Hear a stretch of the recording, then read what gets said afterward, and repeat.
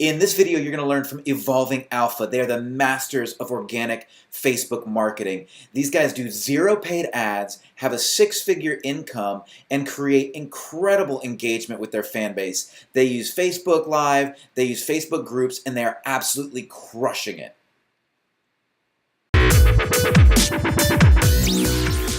To 10-minute hacks from the best marketing minds. I'm thrilled today. I've got an amazing couple of guests for you. I've got Lauren and Fraser Bailey from Evolving Alpha. These guys are masters when it comes to organic reach. They have an incredible following. What they do is they teach people how to become vegan and then how to be in a very fit, well lifestyle. And these guys are beasts. So welcome. Thank you. We're glad to be here. Pleasure to have us. Yeah, it's great to have you. So one of the things that I find with folks who have really blazing paths, which you guys are, is sometimes they have a hard luck story. Sometimes they get a little bit beat up and then they come out of it stronger. What's that for you guys?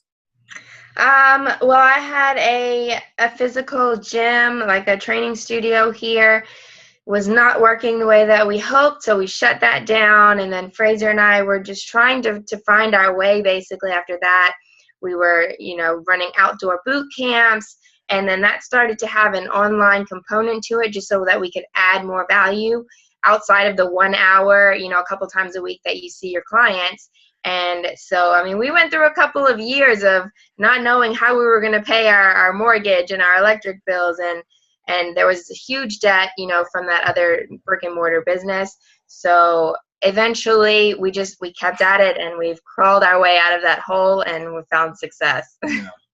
That's an amazing story. And I think that a lot of times people out there in internet land see success. They see people with lots of success and they get jealous or, and they go, well, that's it. It's frustrating to them, but they don't see what the person had to go through to get where they are. And what you guys have been through and what you've done is pretty incredible. How did you get your first sales online? What was that like for you? Our first ones, I believe, we kind of put together a program, and we actually started with a really unique way that hopefully this will, be of help for your listeners. We started with our first program, and we did what we called a red carpet round. So we launched it as a red carpet, the very first thing that we were doing, and we did it as a donation round. So we set a donation anywhere from $10 to $100. So that way, people who knew us and knew that we had put heart and soul into this program, and we were going to help them do whatever we can to give them results. If they had the money and they could afford it, they donated. Some people donated $100. Some people donated $50. But it also allowed brand new people who had no idea who we were but wanted to try it. They could spend $5 or $10 and still get in the program. So it allowed us to generate a lot of traffic, get a lot of people in, and be the test run and generate a lot of before and afters and testimonials for the program. I love that idea of like delivering value at what price people can afford to get you those testimonials, right? And I think that's yeah, go ahead. Right, and then after, we also gave them the opportunity, like, look, you don't have to do this, but if any of you didn't know us in the beginning, you donated $5, and now you've got $100 of value out of it, and you want to give more of any range, we still just said whatever you want, and then they gave anything additional if they had really great results, and they said, okay, it really was worth it, because sometimes online you don't know what you're going to get up front. So once they go through it and they're like, that was really awesome and it was worth 10 times what I paid for it, then they knew us personally, they saw the effort that we put in, and they wanted to give more.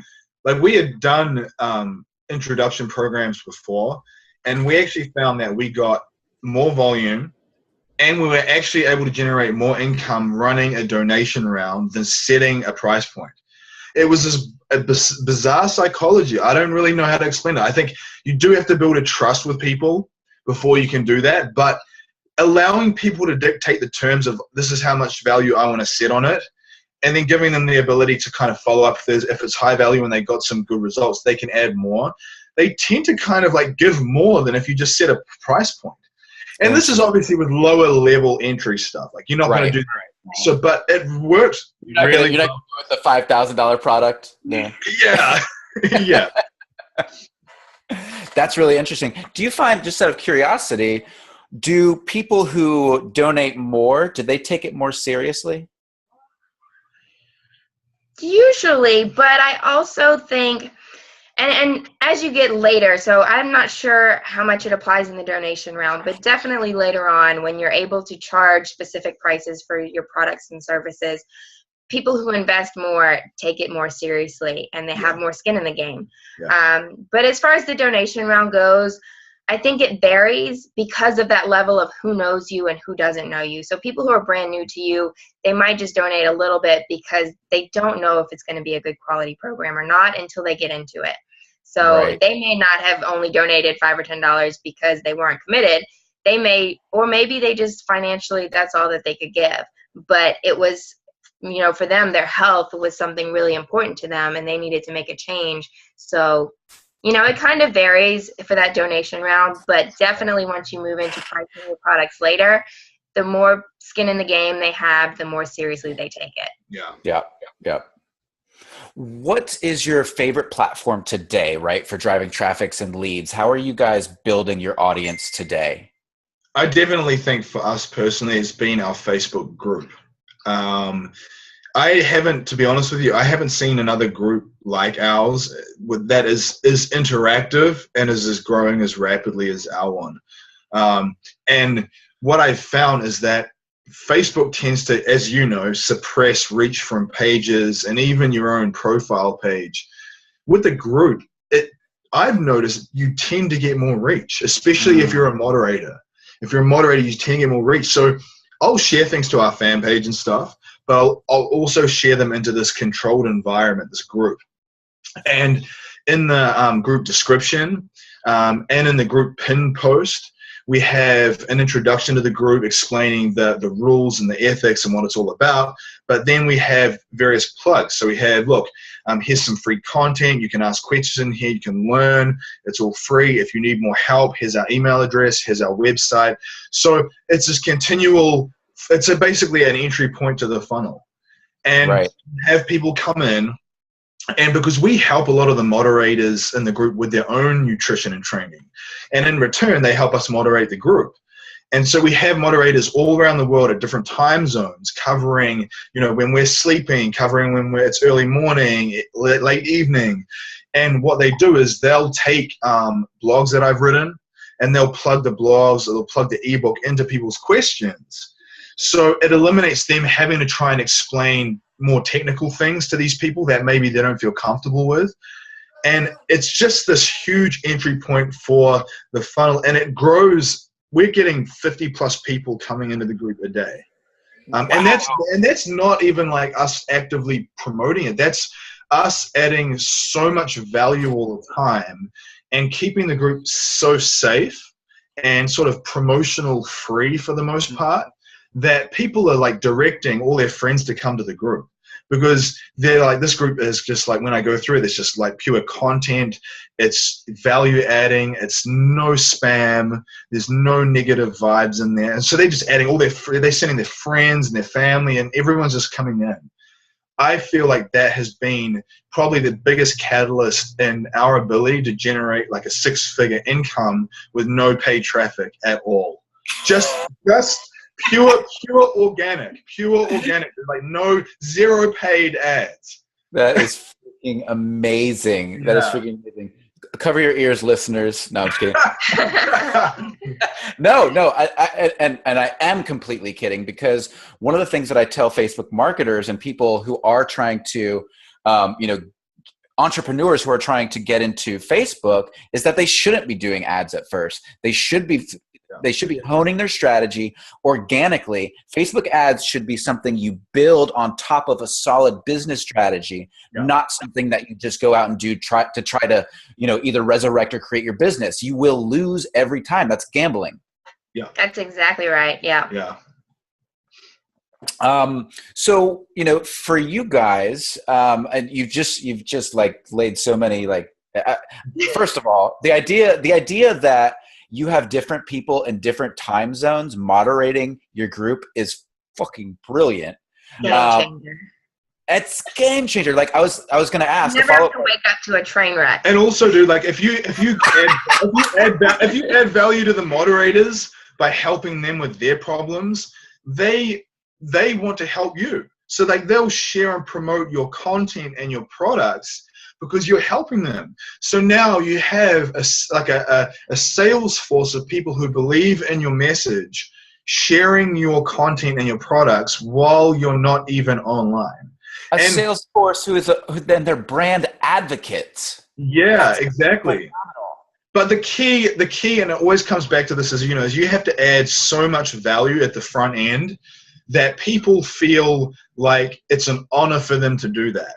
You can't ask someone to do that, and you can't expect someone to do that. You have to be willing to add more value to their life in order to get even a little bit back from them.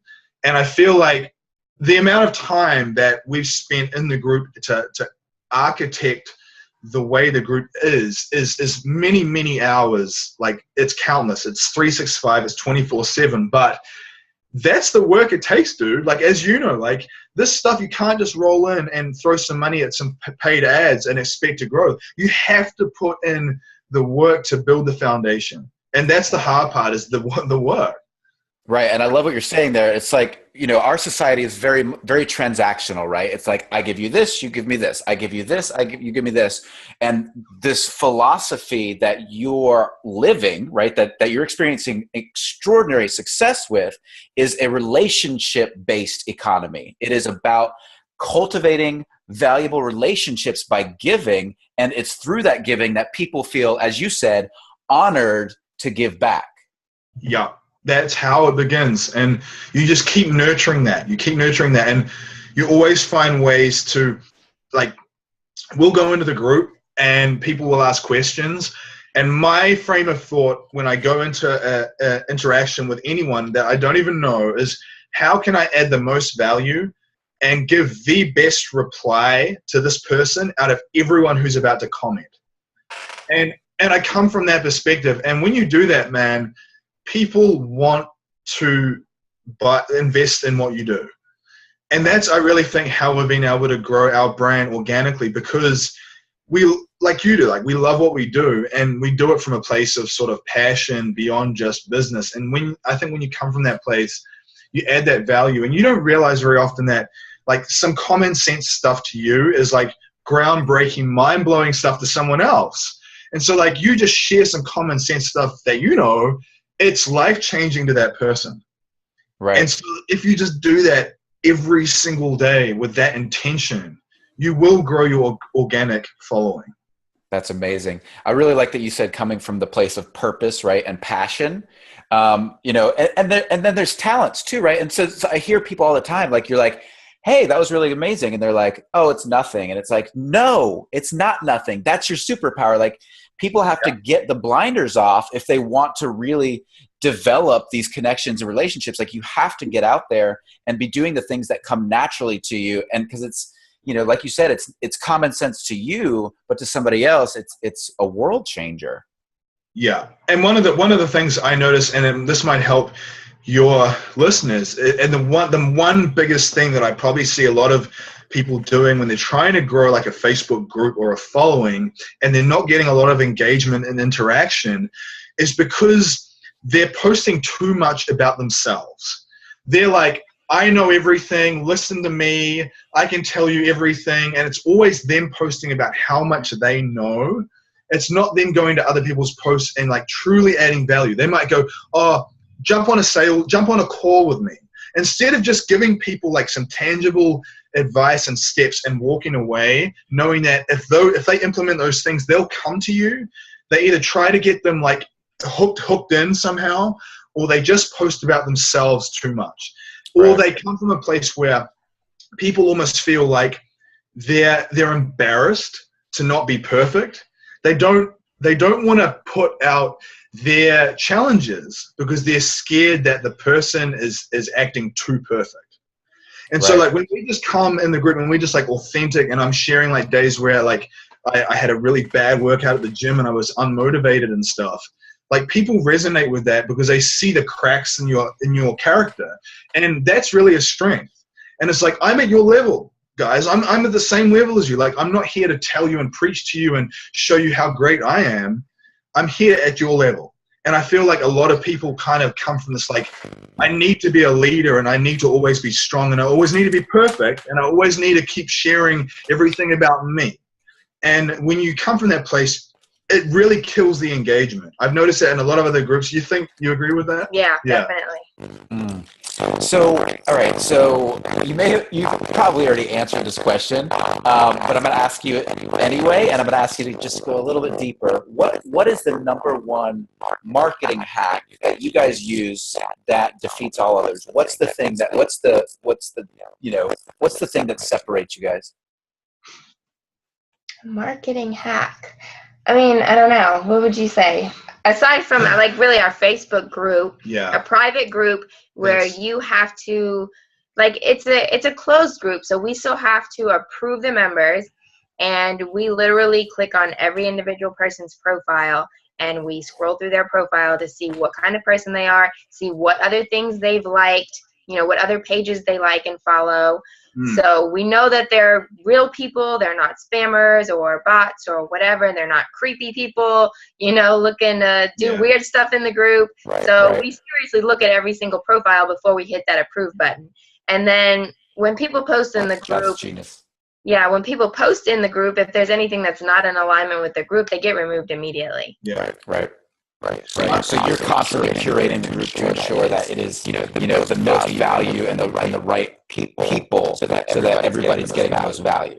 Every single day. Yeah, and that the marketing hack, I would say, is probably what I just said in terms of like cultivating the group culture and being very, very protective of that. Like, people will try and come to your group and tell you how you should be running it. You need to be very firm in your vision for what it should be, and you need to go into other groups that are like yours and see what type of value people are adding who are moderating or own the group, and you want to exceed that tenfold. Like, your mission should be exceeding in value, going to all their questions and giving them as much free, valuable content as you can. And what I even do sometimes is I'll write out pieces of reply and I'll copy them and I'll keep them in an archive, and then I'll copy them and I'll just adjust them and modify them based on the person, their name, and the relevancy. So I'm not rewriting the same messages over and over, but the same questions are quite recurring. So that way they still get the value. It's still authentic, but it saves me time. So you do have to be efficient with your time. And the last thing I would probably say is, you're going to, depending on how interactive your group is and what your niche is, you will probably have a lot of FAQ, so like the most frequently asked questions and things like that. Create blogs around the FAQs that give them all the information they need, and then somewhere in the blog you're plugging your programs and your monetization aspect of things. Then if someone comes into the group and they ask these complicated questions, rather than rewriting and engaging and spending 10 minutes writing, post a quick brief sort of message acknowledging their challenge, and then post the blog, and you're essentially plugging more information, and then you're leading them into the funnel for the ability to buy some kind of service from you. Right. And so I have all our programs and stuff plugged into our blogs on fat loss or muscle building or protein as a vegan or whatever, and I'll plug that in, and that way they not only get help, they get the information they need, they then get exposed to our programs. And it's just this rinse and repeat process where you're copy and pasting and you're leveraging, as opposed to like one-on-one interaction over and over and over again. Right. So man, that's phenomenal. So tell me what, the game is always changing, right? So the principles you're sharing are pretty much timeless, right? These are always things that are going to resonate with human beings, but the tools are always changing, right? So, what are you going to be focusing on educating yourself about in 2018 and beyond? I mean, you have to just stay alert to the new things that are coming out, try them out, get on them. And it doesn't necessarily mean that it's going to be there. I mean, like, for example, with Snapchat, a lot of people jumped on Snapchat. Gary Vee was talking about Snapchat. We got on Snapchat, tried it out, listened to it, played with it, but it wasn't, you know, we did it when it was relevant. We felt like it was kind of phasing out once Instagram stories came out and all of that stuff. Right. It really just wasn't worth the amount of time and energy to put there. So then, you know, we shifted right into Instagram, and Instagram's been around a while. Yeah. But for example, and sometimes you can't spread yourself too thin. Like, you have to get really good at something first. Yeah. And then move on to the next thing and get that one going. It's like spinning plates. You've got to get it spinning before you can run over to another plate. Right. So that's kind of what we did with Facebook, is we started out and got really good at that first. And then we moved into Instagram, whereas maybe we were late to the Instagram game, but at least we had one foundation that was running really well and successful. And then we went and we looked at Instagram and we said, okay, how can we be just as successful with Instagram? And so that's, you know, there's just the second channel that we're working on and have spent a lot of time in this year. So I think you have to pay attention to new things, but don't get shiny object syndrome, and don't forget the things that are working. That is the most important thing. Yeah. Don't neglect the things that are successful and that are creating revenue just because there's something new and shiny happening over here. Yeah. That's such good advice. And I would also say is, like, keep on the forefront of the new technology that's coming out and be quick to jump on it. Like, don't, you know, like a lot of people, like when Facebook Live first came out, they're like, oh, I'm so scared of jumping on live feed, and what are people going to think of me and my makeup and blah, blah, blah. And so they spend months and months like procrastinating about it, and that wave is gone. Right. And so, like, it's really important that when some new type of software or something comes out, you just pull the trigger on it and you just roll with it, even if it's a blunder and it's not perfect.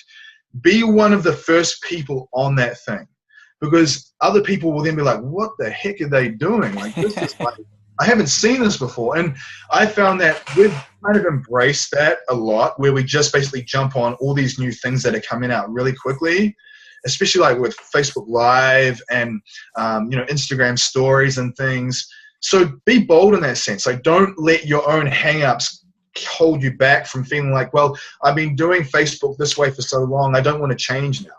Like, when the new technology comes out, just jump on it real quick. Yeah, and one good thing I want to add on that note is that when Facebook Live came out, like Fraser talked about, a lot of people were used to, especially the professionals, like the big people, they were so used to staged videos and having people recording and having lights and having their makeup done. And then when Facebook Live came out, they kind of panicked because they couldn't put the facade, you know. And the authenticity comes through then, man. And we transitioned really well into the live aspect. And because of a really cool thing, when Periscope first came out, we got on Periscope and we were doing live Periscopes all the time when nobody was really on Periscope. So, and Periscope is pretty much gone now. I mean, I don't think too many people use it. It's not a big thing. But the key is, when Periscope came out, we got on it and we used it. And so when the really big platform implemented the same kind of technology, we were ready for it. We had already been doing those live videos, and we had that comfort, you know, the comfortability in being live, not being staged, not having lighting and makeup and all of these things, just being real with people. And so we made that transition quickly, all because of Periscope. Yeah. Whereas a lot of people would just look at Periscope and dismiss it. Right. Whereas served us really well. And that's why Snapchat was even relevant, because you notice that all these like periphery applications that start to get a little bit of traction, they get squashed out by Facebook and Instagram. And it's because these big brands see the relevance in these little brands with their idea, with like the filters or the stories that don't save, so you can be like more authentic and it's not going to be archived, you know, so to speak, and stuff like that. So it's always going to come back to those main hubs. But if you can practice on the smaller apps with no following, it builds your confidence. So when it does come over to the big ones, you already have the confidence in place to nail it. Right. That's powerful. So where did you guys learn all that? What marketers do you look up to? What's going on with you guys? I would say like one of the people I really enjoy is Gary Vaynerchuk. I just love that he's always on the forefront of content creation. He loves to get into like different platforms and really immerse himself in creating like a a way to engage with people. If you go on his Instagram stories, they're very unique. Like he's got a lot of there's a lot of like well architected content in his video stories. And I feel like other people are seeing that and they're slowly starting to copy what he's doing. And so I've noticed with him, he tends to have he tends to be a bit of a trendsetter, and other people kind of follow. And I find that there's a lot of value in him with his YouTube videos and the content he shares. He gets a lot of engagement on his social media, on Facebook. And so I try and take things he's doing and principles from him and apply that as much as possible. It's always more challenging when you don't have a big team of support and video editing and things, but you can still do a lot of the basics as well. Right. Yeah. And he was one of the first guys that he was just like, sitting at a desk, no nothing, just Yeah. Yeah. And I would say too, on the other end, like he's a good person to follow, but honestly, we learned most of what has made us successful just through trial and error. There is nothing better than just taking action and learning through your own actions. Yeah. Because even different people's businesses will be unique and different things are going to work for different people sometimes. And one of the biggest mistakes I think you can do, and it's one of the mistakes that we've even made in the past, is to look to one person as like this godly person and just follow them. Yeah, and they have all the answers.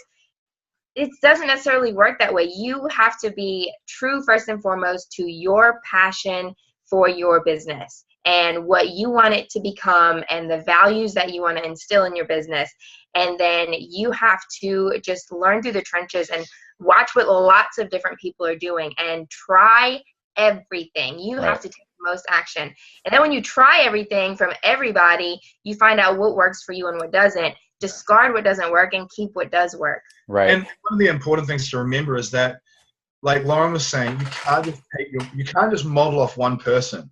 I could give you an example. I don't know if you've heard of the guy who owns Strength Camp called Elliot Hulse, but he's a big YouTuber. He's got over 1 million people on his YouTube. He's got a really big Facebook following as well. He was our business mentor a few years ago, and one of the things that he had challenges with was that because he was already so well known and he already had this big fan base and he was naturally very charismatic on videos and stuff, he was trying to apply what he'd been successful in to other people who weren't maybe as charismatic on video, who didn't have the big following, who didn't have all the social media platforms he had, and he struggled to understand why his teachings weren't translating over to his students. And it's because he was teaching like level 10 and they were at level 1. And so like, if you're looking to model yourself off people and you're like, well, Brendon Burchard's posting all these blogs and he's getting like millions of people liking them. I'm posting blogs and there's no one liking. Look at his fan base. Look at what he's done. Like, you're not in the same place as him yet. So it doesn't mean that what you're doing is not going to work. It just means that you have to stay in the game and you have to keep doing it. Right. And I think something important, and you guys brought this up earlier, is the importance of purpose, right? And being authentic. I think a lot of people look to Gary Vaynerchuk and these other people and Tai Lopez and they go, I need to be Tai Lopez in order to, or I need to be Gary Vaynerchuk. And it's like, no, no. You need to be you, following your purpose and your passion and your vision with your talents, and then model their techniques, right? It's not, you don't need to be that person. You're always going to be second best if you try to be what they're being. Yeah. The only way that you can be the best is to be you. And also you even see that on Facebook with a lot of Facebook marketers and things like that. They all have the same writing style. They all write the same. They all have the same message. It's like carbon copies of each other.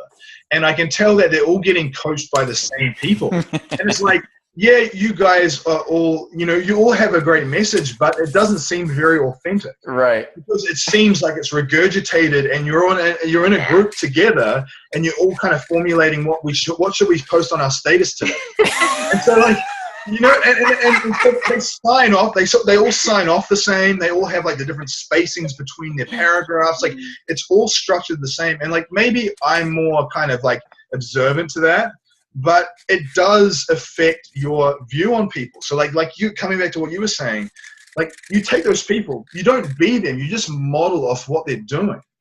But you have to bring your own authenticity to the table. And it's like, back to what you said, like that story of how you came to be, that really is what you need to model. You need to model like those challenges that you've had, because they are unique to you. You can't just engineer this this facade. Because in this day and age, man, as you know, people see through that. They really do see through the social media facade. People are naturally skeptical now. And it's going to be exhausting for you to try to keep that up. Well, I'm a Facebook marketer, right? So I'm dealing with like we are the shittiest industry like there is, because there's so much inauthenticity out there. And, and finding your way through that can be a challenge. Now, at the end of the day, coming back to what you're saying, it's all about, I have the reason that I do this for a living is because I enjoy it. I have fun with it. I'm passionate about it. I love like watching people's businesses explode. Like that's fun for me. Yeah. But if it's not fun for you, find something you love. Like, and I can't preach that enough. And I'm not saying follow your bliss and, being all woo-woo. I'm saying if you focus on what you're talented at, like what comes naturally to you, what you're passionate about, and create something built around your values, what you believe in, you have an opportunity to be successful. Digital marketing is like the sling shot. It's like the sling, right? It's like David versus Goliath. You can't, it's not enough alone. It's about you and your business and your passion. And anyway, I'll get off my soapbox. Well, a perfect example of that is like when we started out just as your average fitness coaches. And we had, trying to build that business. We had started with some online stuff. We made a little bit of money, but not enough to even cover our own bills. Right. And then we went through a transition in our own lives where we became vegan.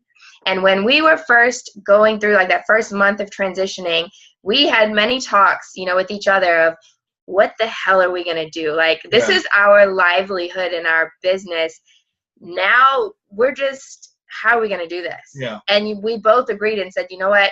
It's inauthentic. There's no way we're going to be able to continue writing meal plans with animal products in it. We don't want to do it. And we refused. Yeah. And the only option we had, we said, we're just going to take it and we're going to create it as a vegan fitness business now. And the only people we're going to coach are people who are interested in plant-based lifestyle. And we didn't know how that was going to go over. We had started to build a little bit of a following. We had like 3,000 likes on our Facebook page. We had some clients. And most of those we had to let go, and we had to be okay with that. And it was a big transition. But in the end, we are 10 times more successful now than we were then, because we went with our heart. We followed our passions and did what was truly meaningful to us. And hope that there would be other people out there that would resonate with that. And there was a lot of resistance when we went through that transition. Like a lot of our former clients got quite angry about it. Like they were really resistant to the idea that we wanted to change things. So we went through a lot of like tense moments and times where not only were we trying to figure out what we would do like to pay our bills, but we were losing clients like left, right, and center and stuff. And I feel like people would normally get to that point and they would stop. They would freak out because it's too hard. They panic. Right. And they think, well, now I'm not going to be able to, now no one's going to want my help. And what I realized was that before we were in this mainstream fitness industry where you could have serviced anyone, now we niched right down into veganism, which is a really small microcosm within fitness. And we've done way more than what we did before. And so, like, it's important to remember that sometimes you do need to get more specific. You do need to embrace being specific, but you also need to embrace, like, what's in here. If you're not working with people and you're producing content that doesn't really resonate with you just because you're doing it from a place of fear, you're going to frickin' burn yourself out. And basically what you're talking about niching down, but a lot of people, they're sniffing for the niche, right? And that's not it. It's not about sniffing for the niche. It's about. And we had tried to do that before. Yeah. And it didn't work until it just happened naturally. What you will find, it's like what you were saying, like you have these natural talents and you kind of need to flesh them out. And the more you flesh out your own natural talents, like what do you enjoy? What are you smart at? What do you read the most? What do you watch online the most? flesh that out, and that's really the way you move into the niche that you should be in a lot of ways. Right. And you create it too. Like you're not trying to find it, you're making it, right? Yeah. That's what you guys did. That change and that transition is really what brought out the best of our passion and our personalities. Like when we talk about being authentic. Yeah. When we made that transition and we said we're gonna, be authentic, we are not gonna want to do animal protein meals. We're just not gonna do it anymore. And we took the risk and changed the entire business around it. But in doing so, that brought out our original and authentic personalities that much more. Yeah. Mm. And the cool thing about that is when you get to that place, it makes the journey a little bit more easier to bear. See, like if you're doing stuff that you really don't enjoy and you're just doing it because you're coming from a place of fear, or you're just doing it just to try and monetize, you will burn yourself out really quick. And so like when you do it from a place where like at least you like are finding meaning in what you're doing, you're going to still have times where you struggle. Like, there's still going to be months where you don't do well early on, but you'll push through where normally you would have wanted to quit. Yep. And that's really the deciding variable. And it's the same. There's been times, man, where I've wanted to close down the group. Like honestly, like it's been such a monumental task to keep it running and to grow it. There's been times where I would just break down and I was almost had enough. Right. And I realized that, and then I would get like a message from someone saying how much it's helped them or something. And I realized that this is just part of the deal. It's never going to be easy, and it's never meant to be easy. And that it's okay sometimes to kind of have a little bit of a meltdown.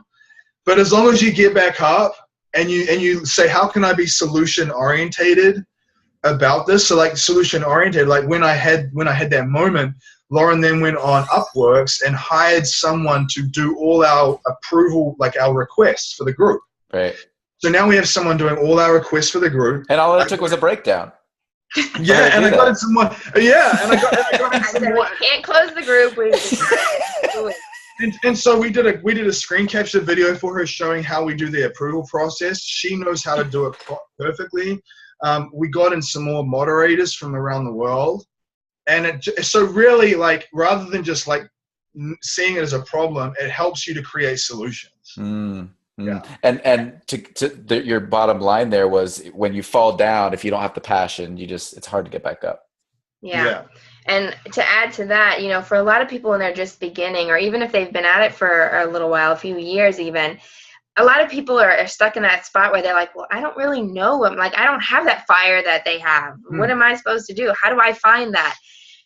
We didn't have it either. We didn't know what it was going to be. I mean, it was we never had any inclination that we were going to become vegan. Right. The only way to find those things and to get there is just to keep taking action and to keep living your life. You've got to keep trying things. Yeah. We only got to that point because we followed a passion for fitness. And then I was watching some random guy's YouTube videos, and then I bought a book and I read it, and then I made a change. Like, I would have never just made that connection as far as like, this is my passion. Right. So if you ever stop taking action, you're never going to find out what it is. Yeah. Brilliant. I could literally just hang out with you guys all day long. However, we do need to wrap it up. Thank you guys so much. What an amazing amount of value you guys have delivered today. Again, just being able to really figure out your own passions, talents, and values, and then taking that to the next level, and learning and by trial and error, figuring out how to build your entire business organically. Yeah. Fucking awesome. Thank you, man. I appreciate it. No, very impressive. Thank you guys so much for being here today, and we'll catch you next time. Thank you. Oh, I'm sorry. Tell people how they can find you. Evolvingalpha.com is our website. And we're Evolving Alpha on Facebook and Instagram. Our free Facebook group that Fraser talked about is called Plant Strong Fitness. So you can search for that if you want to join the group. Love it. Thank you, guys. Thank you. All right. Have a great day. Me too. That was awesome. Yeah. That was really fantastic, guys. I mean, just the amount of value that you guys just laid down was wonderful. And it's funny because you could talk for days on this stuff, man. Yeah, I could too. I mean, so even, beyond Facebook marketing, like my deep passion is seeing people in, helping people get into the right kind of business for them. I did the same thing. Mine was all trial and error. I was working in a restaurant job. I was managing a restaurant, and I was just sick of it. And so I have, my wife and I used to be foster parents. And so we really have this passion for mentoring kids. And so I launched a podcast called Kick-Ass Dad. And it was like, I'd never done a podcast before. I've never built a website before. I just did it. I'm just going to do it. Yeah. And it was incredibly successful on iTunes, and that, then I had all these followers and subscribers. I was like, shit, I need to figure out how to make money doing this. So that's how I started doing Facebook. Yeah. That's it, man. It's like, it's funny because I notice with a lot of people who do really well online, they tend to build a really good base before they even monetize. The people who are really hungry and just want to monetize, they start to monetize and they don't even have a platform. Right. So you always see it's like you with your podcast, and then you're like, oh man, I need to monetize this. So you'd already been producing the content, right. And then you're like, oh shit, now I can do something. And it's like for everyone else, it's the other way around. They're like, what can I do to monetize? Right.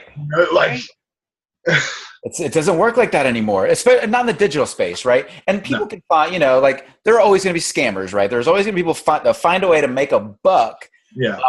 But what kind of life is that? Yeah. Anyway. Yeah, man. And so dude, and it's funny that you brought up the thing about, not running paid ads and stuff before you build your organic following and stuff.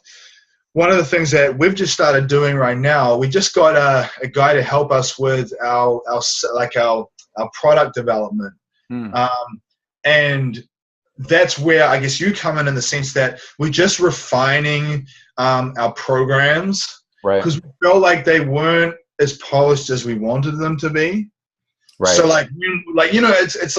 it's kind of like the same thing with Jeff, for example, right? Great products, great knowledge. It's just sometimes the presentation is not capturing people like it should. Right. Right. And so you can run all these ads, and in theory, you should be getting a return. Right. But you're not. And it's so right now we're kind of through that process where we're kind of stripping down some of our systems to kind of polish them up a little bit. Yeah. Nice. Yeah. So you guys are currently they're coaching products, because I've looked at all the products. I'm just not sure are there video tutorials? How do your products actually work? Yeah, a lot of them do have video components and things built in. For our most popular, it's Fat Apocalypse. It's an 8-week program. They get in there. They have their getting started material, which has a couple of videos that can walk them through. What do you do when you get started? Just fill out your little profile, order these products, grocery shop. Here's your shopping list, that kind of stuff. And then each week they have week by week and it releases in time for them, so they don't see it all at once. Right. It'll release week 1. It gives them all the information explaining what the process is that they're going through in that week, gives them a menu board with all their recipes, and it gives them a training plan with all their exercises, which we actually are just building out a new demo system, because we used to have demo videos on YouTube, and now we're putting them on Instagram so they can easily just search the hashtag. And then they can pull up the demos while they're at the gym or whatever. Yeah. So things like that. But yeah, we wanted to start running ads and things, but we ran into the problem with our elite coaching, where we're giving a lot of one-on-one time right now to people. It's too much. And it just broke our systems. We had too many people coming in order to service them properly, and everybody didn't have the clear, we hadn't laid out to them, this is exactly the process that this is going to go through. Yeah. So that's what we're working on, to really define that stuff right now, so that we can drive more traffic with ads and be able to handle that. Yeah, without death. Exactly. Yeah, man, it's we were doing things a very uneconomical way when it was coming to our elite coaching. And yeah, we would make $5,000 sales with it, but like you were saying, the outcome is almost death. It's oh my God, the workload becomes all consuming. Right. And now we're in a place where we're doing this 8-week process.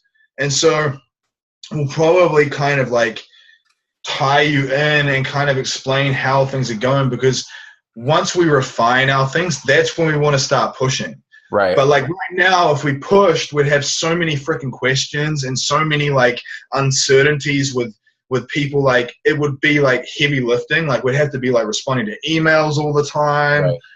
And so like in that sense, like it's a good problem to have. Like, you know, like you were saying, like how busy you've been. Like we're getting so many people coming into our organic funnel. It's breaking. Right. It's freaking breaking. Right, which is why you really need automation. I have a client right now who's going through that same thing. So we just started doing webinars, and you know, and he wants to. He's so busy as it is. I'm trying to get products out of him. Right, I need more shit to sell because he's doing so well. Yeah. But he wants to do, you know, webinars and then sell people the office hours where he's doing, you know, answering questions direct. I'm like, and it's just not feasible, right? You can't be everywhere. You've got to automate your systems so that you can deliver massive value without you being there. Like, it's so critical. So maybe give me a rundown, like, you know, like with Jeff's stuff, like, because obviously, you know, this week we're really busy, but I want to help out where I can. So like with the video, what was the challenge with it? Was it just too dry and kind of like, you know, like how would you, like if you wanted us to do something, which I would have. I would just love, you know, you guys talking to camera about each of the products and what and just what it does for you. Yeah. You know, and like, you know, I think. Well, I started taking Cell Block 80 for 1 month and it got me pregnant. Congratulations. That was that for a freaking. Congratulations. That was that for a testimonial, right? I was like, Jeff, you did not warn me about that. And he's like, well, actually, the main ingredient has been shown to increase fertility by 80%. I'm like, thanks now. By the way. Yeah, like, well, you know, we'll happily do whatever. Do you want one for each one? Do you need one for like Ahi Flower, Cell Block, BCS? That would be awesome. That would be really awesome. We can. And it's just saying, you know, I'm Fraser and Lauren from Evolving Alpha. We've been vegan. You know, we're passionate about fitness, but we're also passionate about animal rights, or you know, whatever resonates with you. And then saying this, you know, that's why we use these products. I use this for this, that for that, that for that. Just as simple as that. I just need some, you know, some energy behind that message. Yeah. And again, Jeff is lovely and he's brilliant. But I just need more. I need more content from more people talking about these amazing products. Yeah. Because I need to build. So what I'm working on is really focusing on this. Because right now, like we've got the lead generation with the new protein coming out. Like we're able to drive cheap leads, no problem. But we've got to be able to. Well, I don't have the product yet. So I need to be selling some of these other products, but I can't do that on Facebook without content. So that's what we're working on now. And I'm working closely with Jeff and Mark to get that content. But the more we can have from people like you guys, the better we'll be able to convey that message to the consumer. We can do that, man. And what I was thinking we could even maybe do is I can always post in the Plant Strong group and ask people to maybe email me pictures of like them like holding their supplements, and we could use the images as just like stuff to post on Instagram and Facebook, like not running ads with it, but just posting. Yeah, absolutely. And so that's exactly what I'm doing now with some of the stuff, you know, the photos that they got out of the most recent event. Just adding some boost to them and then getting them out there to an audience who's receptive, who just doesn't know who Jeff or Clean Machine is, because, you know, as you guys know, once they know, like, and I was on a call with him on Monday and I was like, you know, I was literally begging him to do live webinars. Like, I was like, please, I need you to do live webinars. Like, and he's in. So maybe like, I'll kind of look at like our routine. Maybe we can orchestrate one with him. I don't know how that would work, but maybe I can partner with him and do one with him. Because we've done a lot of them before. Right. We haven't run any like, you know, in the last year or so, but like we've done a lot of like webinar stuff before. Right. So I can maybe like be like the guy who kind of orchestrates the conversation and he gives the content delivery. I was just going to say that. I was going to say you guys interviewing him about his products would be amazing. Yeah. Because I want to help him. That's when he's authentic, right? When he's talking about his why. And I think also when he's talking to someone else as opposed to the camera. Yes. Like if he's communicating with someone in like a free-flowing conversation, he's more natural than if he's like trying to look at the camera and think, I've got to like have this perfect script. Right. Yeah. And I mean, we still have a bunch of videos that we did with him that just haven't been edited. But like that one video, did you see the video that he and I did together about the cell block? I think it was, Yes, yeah. and I completely forgot about that video. Did you send that to me? I'm not sure if I did, but I will. Yeah. I'll send it to you Google Drive or something. That would be great because I could definitely use that. Awesome, dude. We'll look at we'll figure something out in our schedule. Probably for next week. We'll do some like short videos on that stuff and then maybe we'll Dropbox them to you or whatever. Awesome. And then maybe let's talk more with Jeff in terms of like how we could run some webinars, because I think maybe doing a webinar for the Lentine protein could be a good thing. Absolutely. You know, especially like in that BOGO, because he's got a big BOGO sale coming up next month. That buy one get one free. That one is a massive one, dude. Like last year, we did a lot of sales with that. Right. Because that way people buy the thing that they want. They're not getting something additional that maybe they don't want, or they really need all of it, but they just don't know it. Right. So and because the Lentine will be out then as well, it's going to be like a really powerful month to try and promote. Yes. I think we really push it. That would be fantastic. Yeah. And so he's already in that vein of thinking. And we have a standing marketing meeting at 1:00 Eastern on Mondays.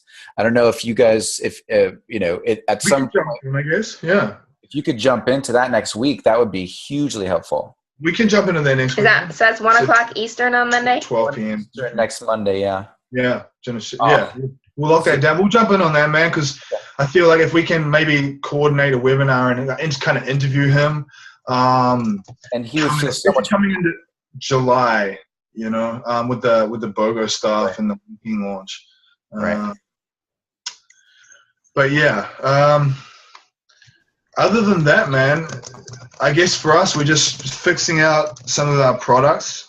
And when you guys get, when you guys are settled and you're comfortable with not killing your cells.